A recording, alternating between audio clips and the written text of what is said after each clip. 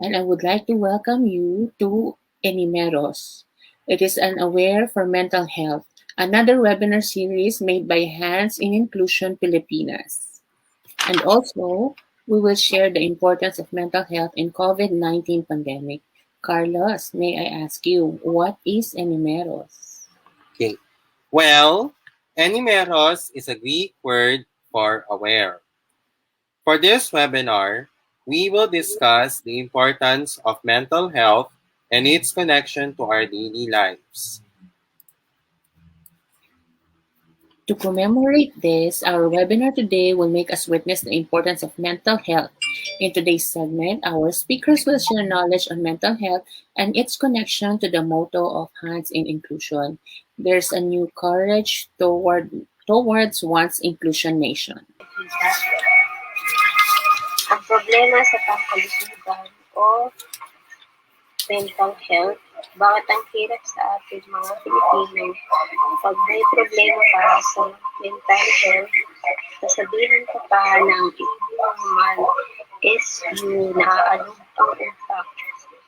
Sarili natin, dapat maayos yung self-care natin. And dito sa organization ko, kung saan ako yung isang officer, Youth for Mental Health Coalition, meron kaming ginagawang posters every Sunday. So, bakit daw importante ang self-care, no? So, kasi, kakaroon tayo ng advantage to bounce back and malaman natin kung ano yung mga priorities natin, di ba?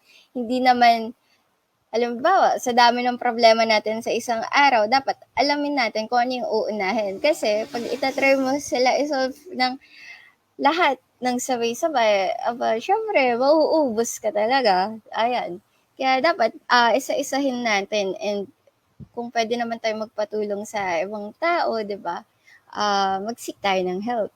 So, nandito rin, set certain boundaries that will greatly help us in retracing our steps, remember who we are, and above all, love ourselves. So, yan, napaka-importante na mahalin ang sarili natin. So, and ensure personal development in order for one to realize the comfortability in our daily lives and maximize. Kung may friend naman kayo na nangangailangan ng tulong, pwede naman gawin nyo itong ALGI, Action Plan of Mental Health First Aid. May 5 steps. So, assess for risk of suicide or harm. Listen non-judgmentally. Give reassurance and information. Encourage appropriate professional help and encourage self-help and other support strategies. So, syempre, napaka-importante na, sa gagawin natin, hindi tayo magiging judgmental, di ba? Hindi yung, okay, nag-usap kayo ni friend, nangangailangan siya ng help, tapos mas excited tayo mag-reply kaysa sa makinig sa kanya. Pero, tandaan nyo, pag yung kaibigan nyo nangangailangan ng tulong, ang kailangan talaga na ibigay nyo ay suporta at maramdaman niya na nandyan kayo para sa kanya, diba? So, yan, nakalagay, listen non-judgmentally and i-reassure natin sila and kung may kailangan silang information like, saan ba ako makakapagpa-check up, ganyan, or may sino bang pwede ko pang kausapin, ayan. So, pwede nyo ibigay sa kanila yung numbers na National Center for Mental Health. And yun, encourage appropriate professional help and self-help and other support strategies na matututunan niya rin. So I call this as the pandemic wave. So we are all aware that right now we are in the crisis called the COVID-19 or COVID-19 pandemic. We experience having a medical crisis. Alam natin, right, na maraming namatay. At the moment, marami pa rin nasa ospital. Okay, maraming report na nagsasabi na marami ng hospitals ang hindi tumatanggap ng mga pasyente kasi talagang puno na sila, right? And then we're also aware that the pandemic hit the economics, okay, of the global stage. Okay, maraming mga company nagsara, right? Marami ring tinanggal sa trabaho. I have heard of news na wala pa sila sa retirement age but due to the circumstances, they were forced by the companies to retire, okay, at a very young age. Right? But what is alarming, okay, more than the medical crisis and the economic crisis, is that we are now anticipating, okay, another form of pandemic which is related to mental health. Okay, so bakit? Kasi nga, this is a very catastrophic incident, right? So different organizations, or especially in the medicine field and the psychological health field, are already declaring na they're also overwhelmed, okay, with clients ngayon pa lang, right? Tandaan natin, in any traumatic incident, right, earthquake, nasunugan ka, bumbagyo, whatsoever, merong form of psychological distress. Kaya may tinatawag din tayong psychological, o may tinatawag tayong PTSD, right? But since we are suffering from this pandemic more than a year already, so definitely it has created impacts sa atin. And unfortunately, these impacts are negative. So we have to be watchful, no? And then I'm very happy na meron tayong mga advocacy group din, right? Tulad ng sa grupo ni Ma'am Rachel at sa grupo ni Sir Royland, okay, to support also people na nangangailangan talaga ng support from us. Okay? And let's admit it, yung ating yung pag-seek ng professional help, okay, cost some money. Malaki talaga yung halaga niyan, right? And I'm very sad, okay, when I realized recently, I just asked yung isang company, okay, kung kasama ba sa kanilang HMO services yung pagpapatingin sa psychiatrist. Unfortunately, sabi sa akin, hindi raw sila kasama, right? So I began to ask myself, okay, if the Philippines, if the society is really taking the matter seriously, how come yung mental health issue, yung pagpapatingin sa mga psychiatrists, is not part of the HMO services? So we have to reflect on that. Or maybe that's also a reflection na hindi masyadong sineseryoso pa, right, yung mental health issue, in spite that we already have a law about mental health, right? So I hope you got my point.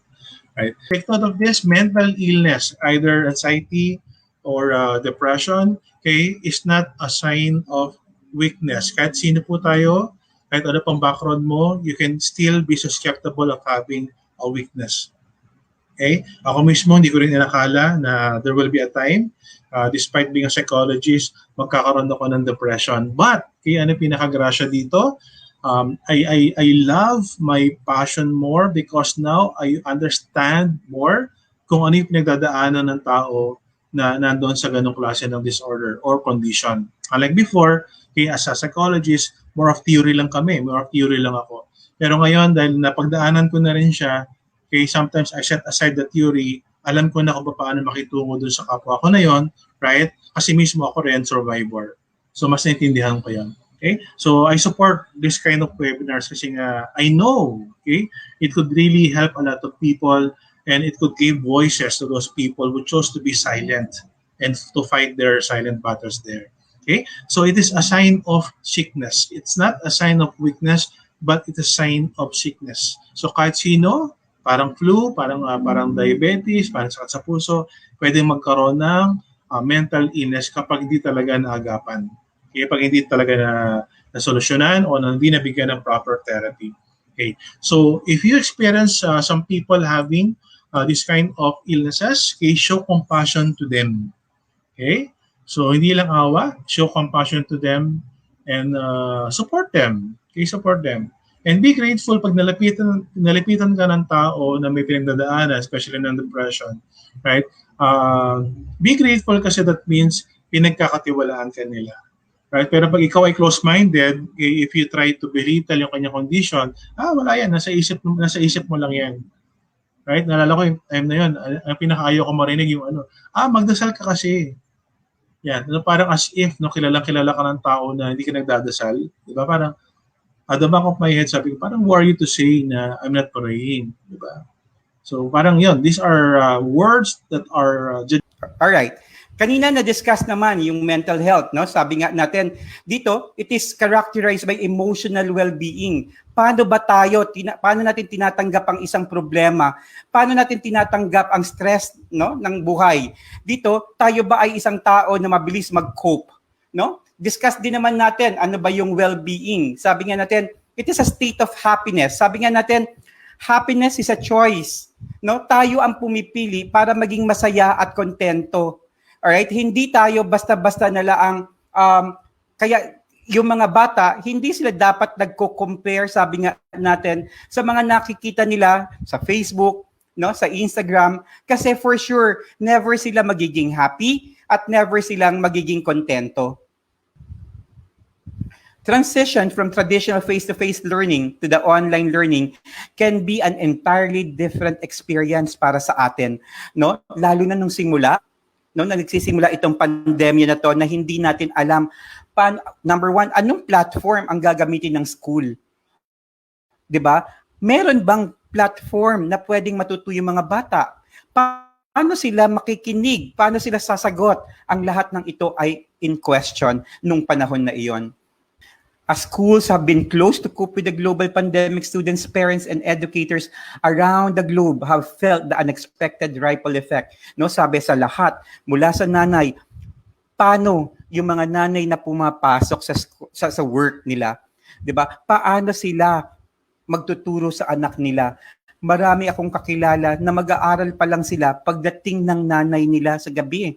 'Di ba? Kaya umaabot yung mga kakilala kong mahihirap, no, na nasa public school, gadget lang ang gamit. Dala ng nanay nila ang kanilang cellphone sa trabaho, pag-uwi nila at saka lang sila mag-open para turuan yung anak nila.